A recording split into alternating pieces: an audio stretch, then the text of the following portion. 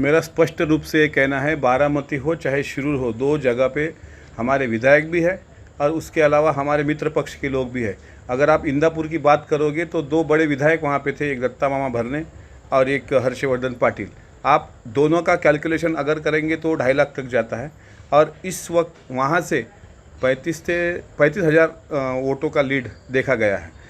बारामती में भी प्रॉपर इतने बड़े काम करने के बाद भी अजीत दादा ने, बारामती की जनता जिस तरीके से विकास के साथ जुड़ने की बजाय वो चली गई भावनाओं पे वहाँ पे चुनाव हुआ और वहाँ पे भी हमें बहुत ज़्यादा बहुत वोट कम मिले। आप पुरंदर का उदाहरण लीजिए, खड़कवासला का उदाहरण लीजिए, जहाँ जहाँ हमें अपेक्षाएं थी भारतीय जनता पार्टी और शिंदे गुट और राष्ट्रवादी कांग्रेस पार्टी के वहाँ के वरिष्ठ नेता हो, सीनियर नेता हो या जूनियर नेता हो, जो कोई भी हो, जिस पे अजीत दादा पवार इन्होंने एहसान करे हुए है, वो कोई भी लोग इस वक्त दादा के साथ जुड़े नहीं। और ये जो वोट सुनेत्रा दीदी को वहाँ पे गिरे हैं, ये खाली अजीत दादा की बलबूते पर ये वोट गिरे हैं। मैं ये नहीं समझता कि वहाँ पे हमारे मित्र पक्ष ने हमारा काम किया होगा। रही बात शिरूर की, शिरूर में भी हमारे 5 विधायक हैं। एक भारतीय जनता पार्टी के विधायक वहाँ पे महेश लांडगे करके है।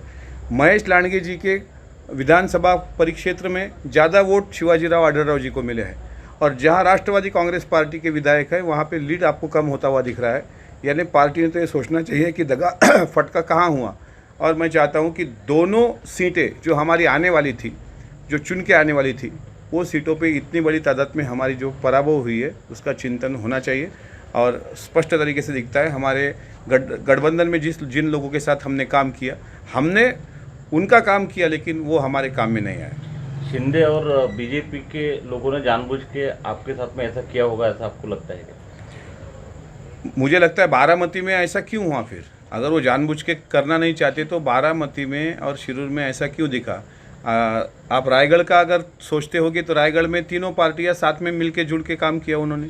वहाँ पे तटकरे साहब की सीट, हमारे पार्टी के अध्यक्ष की सीट वहाँ पे चुन के आ सकती है, लेकिन बारामती में क्यों नहीं? हमें तो चंद्रकांत दादा ने तो बयान दिया था कि हमें पवार साहब की सीट वहाँ पे गिरानी है, फिर उनका कुछ रिएक्शन हुआ है क्या, ये देखना पड़ेगा। और हमें ये शंका है पूरी तरीके से कि जो काम पूरे महाराष्ट्र में राष्ट्रवादी कांग्रेस पार्टी ने दोनों पार्टी के साथ मिलकर किया, उस तरीके का कोई रिजल्ट बारामती में नहीं मिला और इसी की वजह से हमारी पीछेहट वहाँ पे हुई।